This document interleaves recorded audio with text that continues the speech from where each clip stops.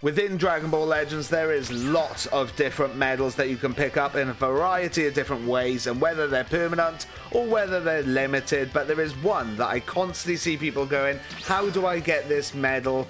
Because I really need it for X, Y, and Z, and that is the equipment medal. So in this video, we're going to be going through all the different ways that you can get equipment medals, and make sure to stay to the end because I'll show you the best and quickest way to get equipment medals. Make sure to hit that like and subscribe, and let's get into it. So you can actually use equipment medals to pick up some, as it says on the tin, some equipment. Also expand the equipment limit, get some slot removers. So like I said, a good way to get lots of different equipment. But one of the main reasons that people use these medals is when you're re-rolling or upgrading equipment. So if we just show an example, so when you do normal re-upgrades, then you don't really need to use them, but it's more when it comes to the guaranteed upgrade. So you can guarantee, which then you do need quite a lot of these equipment medals, depending on the type of equipment. If it is a platinum equipment, you usually need 100 to do it once, and then if you're doing a normal equipment like this one, you need 50, and that does increase every time that you do upgrade that particular equipment. They are very valuable when it comes to actually upgrading your equipment, and that's one of the main reasons people want to get lots of these equipment medals. So let's carry on into the different ways that you can actually get these medals then, shall we? Now, one way I do want to mention, of course, is the exchange shop. Going into the exchange shop, sometimes some of these different shops and things like that do hold the equipment medals. Mainly I'm thinking of the Legends Festival. They do release quite a lot with the actual plaques that you can get, but not only that, there is a couple of other ones, but on a regular basis, I would not depend on this because, like I said, it's usually only in big celebrations. But let's keep going. I do also want to mention missions because quite a lot of missions can hold the equipment medals as well.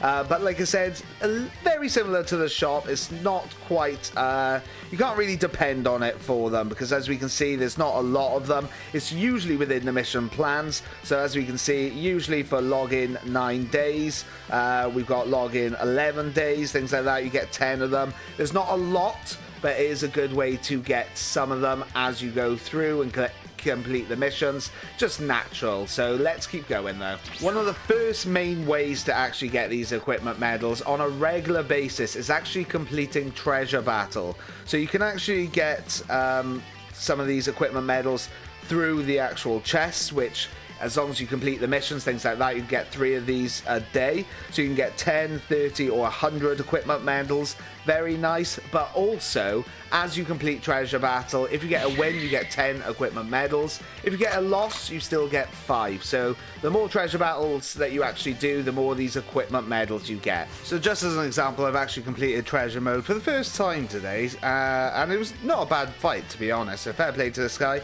So we have completed all the chests. We'll see what we get. 4 chests, actually, if you count the 50 RP. But unfortunately, we didn't get any of the equipment medals. But I'll take 100 energy, to be honest.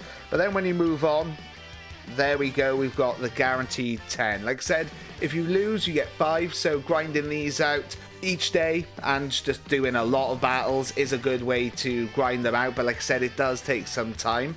We'll go into my personal best way outside of what we talked about already. Let's keep going. Okay, so the best way that I have found to get these equipment medals is dependent on whether this is released or not, and that is going over to the recommended tab and going into the raids, and that is the best way that I have found. So every time that you do complete a raid, you can get, as a chance, get some equipment medals, and in comparison to the Treasure Battle where you're guaranteed 10, when you get some equipment medals, you can get a lot more than that, and you can also, as long as you complete all the missions and then do the skip tickets, you can actually get an additional 3 goes basically using skip tickets and get some more doing that. So I'm going to do one of these and show you, hopefully we get some equipment medals. Okay, so there we go. We're now both rushing in the raid itself.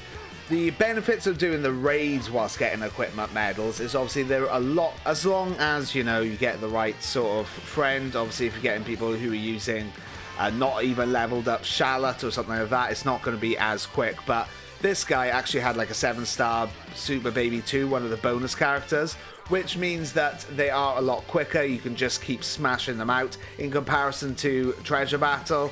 Unfortunately, though, we didn't actually get any equipment medals. I've got 2 more that I need to do for today, so I'm going to do them as well. But like I said, you can just restart very quickly and just grind as much as you possibly can. And that's one of the reasons it's the quickest. Like I said, you got that chance of not getting any in comparison to Treasure Battle, where you are guaranteed. But Treasure Battle can take a lot longer. The matches can take like 5-6 minutes, whilst this can take about 2 minutes, 2-3 minutes. Like I said, I'll try do the other 2 and hopefully we can get some equipment medals out of them. Okay, that's another one down. Hopefully we get some equipment medals this time around. Let's see. No, we don't. Oh, we're not getting lucky here at all. Okay, let's try again. Okay, that's my 3rd daily one done for the day. Hopefully this time we get a bit of luck and we get some equipment medals. Come on.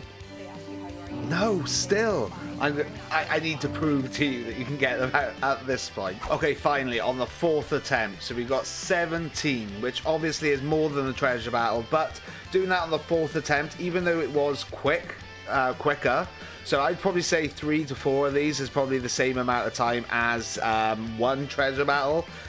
It does show that you have to get lucky for it as well. So what we can also do now that we've done our 3 battles, completed all the challenges and things, we can actually do this with the Ultra Skip tickets, and then we should get some with this as well, which we actually don't. I have not had the best of luck today, but you can get some more equipment medals just by skip ticketing.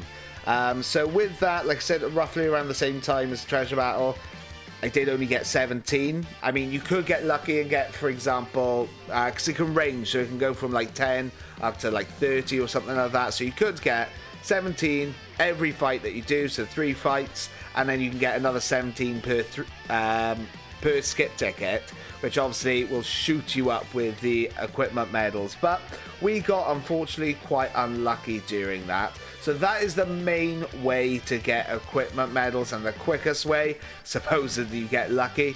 Like I said, you can use the equipment medals. Probably majority of people would use them to actually upgrade their equipment, or you can use them in the shop. But that is the main way to get them. Unfortunately, there's no other ways at this point in time. Like I said, a good time is the Legends Festival to actually go into the shop and claim them all through using the actual plaques or whatever they're called. That's a very good way that I got like over 10,000 of them. But let me know if there's any other ways that you thought of down in the comments. Make sure to hit that like, subscribe. Thank you very much for watching. Until next time, I'll catch you later. Ciao.